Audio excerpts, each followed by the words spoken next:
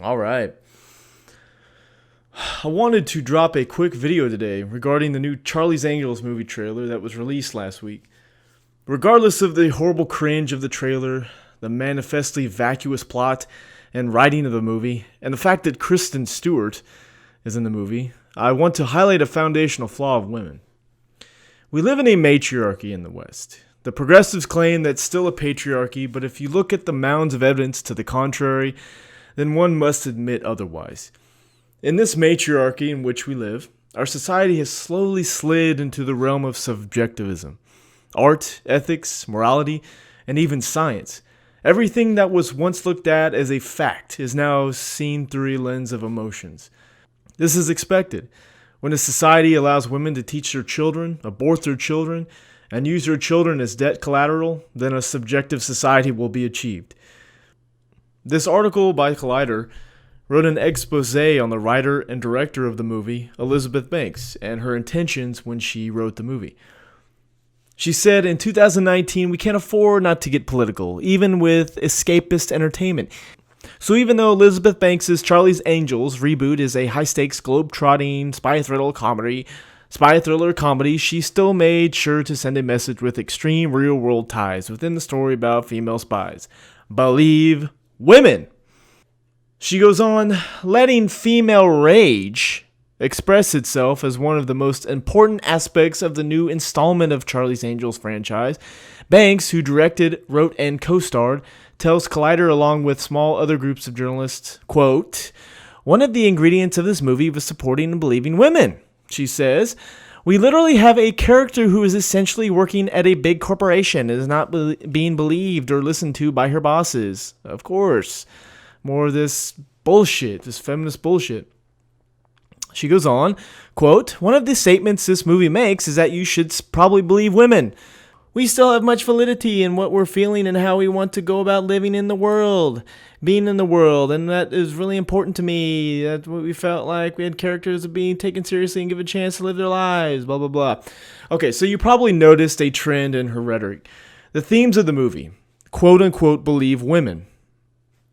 It's not believe women in sexual allegations. It's not believe women in regards to the wage gap. It's just believe women. This slogan is a completely subjective concept. It's not based in evidence or reason. It is dependent on a non-principled ideology. It's dependent on trusting a woman's word no matter what. Damn the evidence, right? And this is a perfect example that showcases a distinct and fundamental difference between men and women. Men are principled and women are unprincipled. And we could even break this down even further, because even feminine men are unprincipled. Therefore, we can say the masculine is principled and the feminine is unprincipled. You know, I really loathe these people, even those who are red-pilled, but still push the agenda that women should still be equal or able to pursue the masculine, i.e. competition for resources, military service, displays of aggression. I'm not talking about violence against women. I'm not talking about forcefully making women do something. I'm talking about creating a culture that pushes the idea that being feminine is okay. Being feminine is actually great, such as raising children, staying at home, being a great house mom. This is very important for society because if you have the inverse, this will only cause the same problem we suffer today, a complete inverse of society.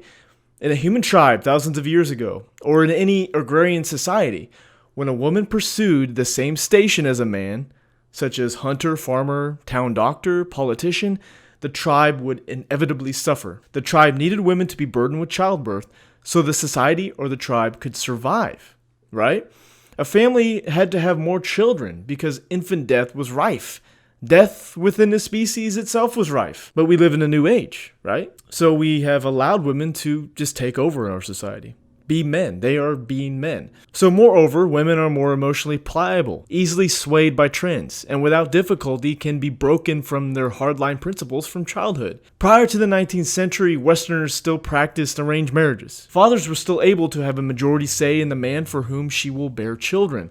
This occurred because women's hypergamy and lability are too feral for them to make the correct decision in choosing their mate. Our society is declining because we don't have a hold on female hypergamy. Period. This is the essence of all the tribulations plaguing the West, i.e., massive debt, decadent culture, illegal immigration, massive government, subjective standards, massive regulatory bureaucracy. This is all because the female hypergamy has gone amok. But unfortunately, this trend in the mainstream will continue until the coming economic collapse in the West.